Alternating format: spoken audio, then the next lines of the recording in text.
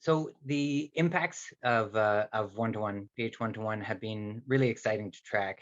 Um, and I wanted to introduce Max Cameron Firon, our program coordinator, and just get a little bit of insight from them around some of these impacts and some of the inner workings of the program. Max, how are you? Doing well. It's great to see everyone. So adaptability is really key to PH one-to-one. We really emphasize process over product, and that a moment of connection between an artist and a young person is itself valuable, regardless of artistic output. Mentors don't follow a syllabus, and so instead they shape each session based off of where their mentee's at. Sometimes this looks like just spending a day talking. Sometimes this looks like deep artistic process. We also offer room for partnerships to work at their own pace and connect on a schedule that works best for them. So in that way, the program is non-academic, non-punitive, and really centers exploration and connection. It's a different approach to arts education and one that offers fewer barriers to access. Nice. And so another thing that we've been finding that maybe we didn't anticipate is how this program appeals to youth with social anxiety. Will you say a thing about that?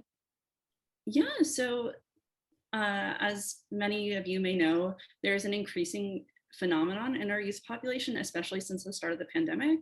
But within the program, we offer young people agency in connecting with their mentor at whatever time and in whatever platform feels best for them at the time. Many times this is a 1 hour Zoom call, sometimes it's texting, sometimes it's emails throughout the week. This in turn builds confidence and trust in those situations.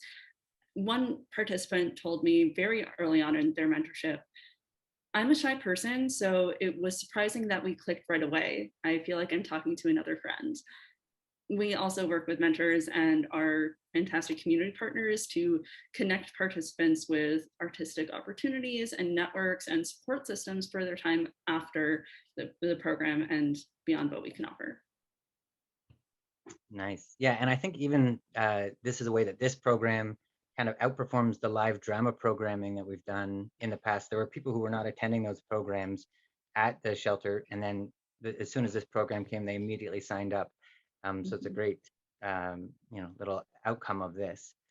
In terms of impact on the artists, the mentors, it's been this program's been addressing work precarity, an obvious current need, and keeping people active in their arts practice, as well as engaging them in some kind of a meaningful practice, a meaningful expression of their arts, something that's connected to, community.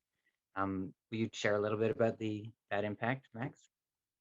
Absolutely. So many of our artist mentors have expressed a sincere drive to continue in community arts following completing a mentorship with PH one-to-one. And they've also reported that mentoring offered a meaningful way to share their practice during the pandemic.